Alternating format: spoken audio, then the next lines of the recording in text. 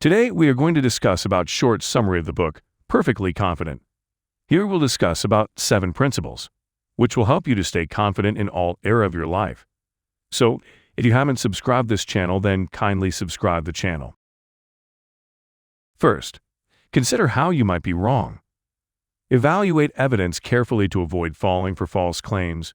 People are naturally more likely to think of evidence in favor of their views and to focus on things that are consistent with their beliefs. They tend to be biased toward thinking a hypothesis they're testing is true.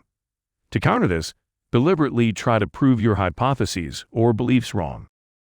People tend to think they're right and have more confidence in their beliefs than those beliefs may deserve. Even after learning they're wrong about something, they can jettison the incorrect belief and then retain faith in the accuracy of their updated beliefs. Second, assess the probability that you're right. Every decision derives from a prediction, what you think will happen. Probabilistic thinking can help improve your predictions. Instead of trying to predict a particular outcome, predict a range of outcomes and think about the likelihood of reality falling at various points within the range. Consider the costs and benefits of overestimating versus underestimating and factor that into your decision. People tend to overestimate the likelihood of unlikely events and underestimate the likelihood of likely ones. This explains the popularity of insurance and of gambling, even though both require people to bet against the odds. To improve your predictions, ask other people whether they think something will happen and have them estimate the odds that they're right. This works best with people trained how to see and measure uncertainty. Thinking through the likelihood of various outcomes and considering what happened in the past can help you grasp the range of possibilities, make better forecasts, and thus make better decisions. Third, calculate the expected value of an outcome. Calculate the expected value of a risky option by multiplying the value of the outcome by its probability. To decide whether to take the risk, subtract the expected cost from its expected value. Use data, reason facts, evidence, and logic to maximize the accuracy of your calculations. Be careful not to let your desires skew your estimate of likelihood, and don't inflate the probability of the outcome you desire. People sometimes think optimism boosts their chances of success. Research questions this belief. However, also avoid being overly pessimistic, which can lead to bad outcomes by causing you to be too cautious. Stay realistic about potential consequences and the likelihood of possible adverse outcomes. Say, for example, you are an entrepreneur. Even if you need to put on an optimistic face for funders and employees, you mustn't overestimate the probability of success, lest you make bad investment decisions. That said, if the potential payoff is big enough, the project may be worth undertaking even if the odds are slim.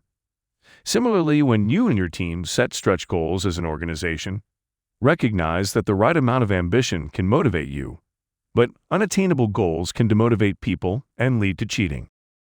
Along with expected value, consider expected utility. Losses tend to make people feel worse than gains make them feel good. This means people avoid the risk of loss even when the gain has a positive expected value. To get the most out of the expected value approach, calculate the expected value of an outcome, then write it down.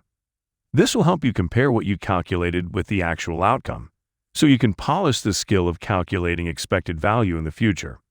It also will help you convince funders or bosses. Fourth, define and measure performance. Avoid being exclusively results-oriented. Doing so rewards luck and discourages risk-taking. Encourage employees to take risks that have positive expected values. Reward well-intentioned failure. Build your skill at calculating expected values and encourage others to use this tool. After the fact, go back and see how you did so you can do better next time. Remember, this is not only about money, feelings matter as well. People prefer positive or flattering information over negative or threatening information, but that imbalance can distort risk assessment. To calibrate appropriately how much optimism is warranted or useful, seek the truth and pay special attention to reliable information that contradicts your assumptions and beliefs. To avoid counterproductive persistence, calculate both the expected value of staying the course and the anticipated value of whatever you would do instead. Then, choose the path with the highest expected value. Avoid impoverished yes or no decisions that consider whether to take a single option, and instead make which decisions, selecting between alternatives. Posing your decision in a which frame can help you compare expected values and consider possibilities you might not have thought of otherwise. Fifth, consider what could go wrong. Postmortems, analyses of what went wrong, help avoid repeat failures. Premortems, which is thinking about what might cause a project to fail, can help you avoid failure in the first place. Preparing to respond to potential failures can boost your resilience and reduce adverse impacts. Similarly, backcasting, starting mentally to move toward a desired outcome and tracking back to imagine how you got there, improves your odds of success. When a company is formulating strategy, it is useful to consider critiques, problems, and likely reasons for failure. Premortems and backcasting help you estimate the chances of failure or success. Together, those estimates should add to 100%. Have different teams conduct the premortem and backcast, and work together to come up with the final answer. One example of misplaced optimism is the planning fallacy, which is the tendency to underestimate how long it will take to accomplish something. To avoid this, break a task into smaller pieces and factor in what could go wrong with each piece. Incentives can encourage overconfidence. When bidding on a project, be explicit about how you will accommodate uncertainty. When you send a project out for bids, keep the planning fallacy in mind to avoid selecting the most overconfident bidder. 6. Tap others' perspectives. Naive realism impedes consideration of others' perspectives and instead believes that any disagreement is stupid or evil. Paying attention to other people's views provides valuable insights into what might be wrong with your beliefs and ideas. See people who disagree with you and listen to their arguments. For example, when someone is willing to sell a stock at a certain price, that means his or her information tells them it's a good deal at that price. It's helpful to consider what he or she knows that you don't know, or vice versa. Others' disagreement is a gift of great value, but it is not always easy to appreciate it.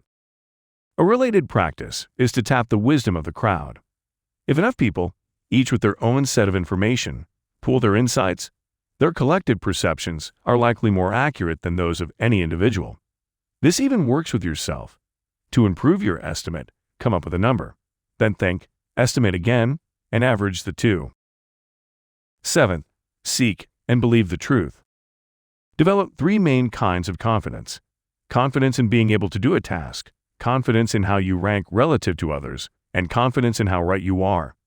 To make the best decisions about whether to take a risk, analyze the situation. Beware of self-delusion. Consider the likelihood of various outcomes and the relative costs and benefits. Include others' perspectives. As a leader, don't express every doubt that crosses your mind because people will follow someone else who expresses more confidence. The right amount of confidence can help you succeed. It helps you be a good leader and makes you more convincing. Honestly communicating the real uncertainty about uncertain things is a viable strategy for aspiring leaders. Confidence increases your influence and social status, but confidence also can be used to swindle. Before you let someone else's confidence sway your decisions, look for and assess any specific claims to see if they are true or false, or offer a bet to test the depth of his or her apparent confidence. This was the detailed summary of the book, Perfectly Confident. If you liked the video, kindly subscribe the channel.